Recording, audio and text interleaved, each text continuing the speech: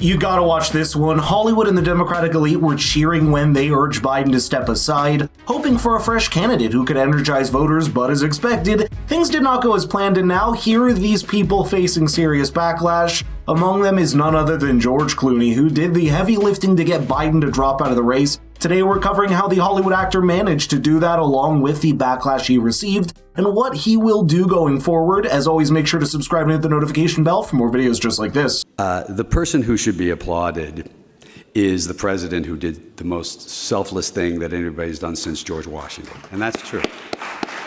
And so all the machinations that got us there, that's all, none of that's going to be remembered. And it shouldn't be. What should be remembered is the selfless act of someone who, it's very hard to let go of power. We know that. We've seen it, all around the world. And for someone to say, I think there's a better way forward, that's all the credit goes to him. And that's really the truth. And all the rest of it will be long gone and forgotten. After the shaky debate performance that left many voters questioning his stamina and cognitive state, Joe Biden found himself under a lot of pressure, not just from opponents, but from his own party as well. More and more Democratic lawmakers were calling him to step aside. Major donors were saying, quote, they won't finance the party until he drops out. And I think it's safe to say that the final blow came from George Clooney himself. You see, on the 10th of July, he released an op-ed in the New York Times calling for Biden to step aside and open the way for a new nominee. What's even worse is that he made sure to destroy any public support Biden might have had left at that point, because he said things like, quote, it's devastating to say it, but the Joe Biden I was with 3 weeks ago at the fundraiser was not the Joe Big effing deal Biden of 2010. He wasn't even the Joe Biden of 20. He was the same man we all witnessed at the debate, or this isn't only my opinion, this is the opinion of every senator and congress member and governor who I've spoken with in private.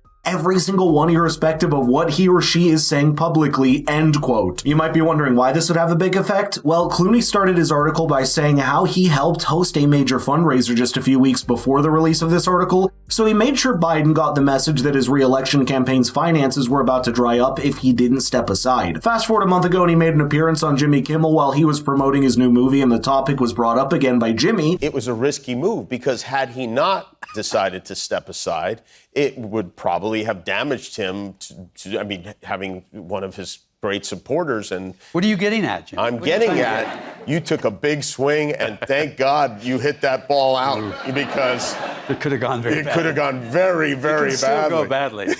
Well, listen, I don't know. I mean, it seems to be going pretty well right now. I think arrogance and being out of touch were the exact reasons behind the left's poor performance during this election. After Biden dropped out, they seemed overjoyed, rallying around Kamala as if she was the party's guaranteed golden ticket to the White House. They were quick to paint her as the fresh, energetic alternative, making sure to promote her as the next big thing. In their enthusiasm, they overlooked a lot of public hesitation about Harris's record and her ability to connect with the everyday voters. They dismissed the criticisms of her policy flip-flopping and glossed over her lack of strong, clear platform. Instead of addressing these issues, they doubled down, making it seem like they expected people to vote for her just because celebrities told them to do so. If you want proof of their messaging being out of touch, just watch this ad, which is narrated by George Clooney calling for men to vote in a really strange way.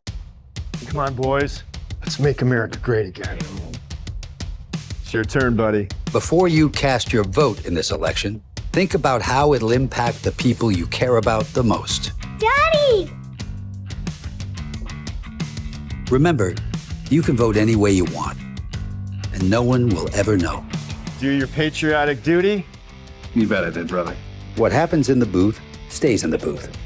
Vote Harris Walls. Whoever came up with the idea for this ad should consider changing their job title immediately, because it has the opposite effect of what it's supposed to do. If you also didn't notice, the time on the man's phone was 4:20, which was probably an attempt at them to appeal to young voters and be funny, trying to go viral. Now, after the elections were over, the left was in complete meltdown mode, looking for people to blame on why they faced such a major defeat. Some people chose to direct their frustration towards Clooney, and the backlash was hilarious. A person posted on X saying, quote, someone bring me George Clooney, we need to have a talk. Another user posted the electoral map with the caption reading, quote, Thanks, George. The funniest one, however, came from a Trump supporter where she posted, quote, I would like to take a moment to thank George Clooney for shoving the most incompetent candidate down America's throat to ensure a Trump victory. After seeing all of this, a source close to the actor told the Daily Mail that, quote, George feels that the backlash he's getting for Kamala losing is not at all warranted, and he thinks it's completely unfair to try and make him a scapegoat for her loss. Adding he has backed the Democratic Party and invested so much time and money into them,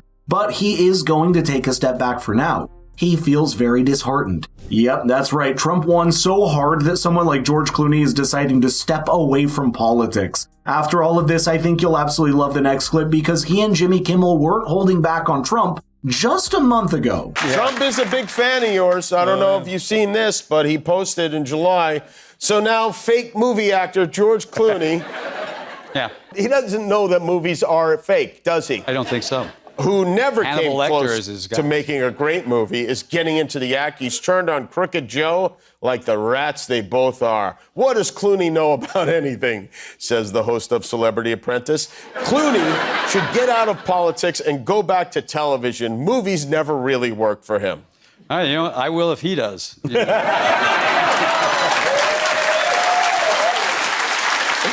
That's a trade-off I do. Have you thought about writing an op-ed in the Times asking him to step down? Because it worked once. Why not try it again? Clooney never changes. He's always been a critic of Trump. Even during the 2016 campaign, he famously called Trump a xenophobic fascist and an opportunist and wanted the Trump insanity to stop. That's why, to end the video, I've prepared a fun compilation of George Clooney saying that Trump won't ever become president. Some of them are old and some are recent, but it is so satisfying to watch these after Trump managed to drive him all the way out of politics. There's not going to be a President Donald Trump. That's not going to happen. Can you describe Donald Trump in 5 words? I can't. Too many words. It's 4 too many words.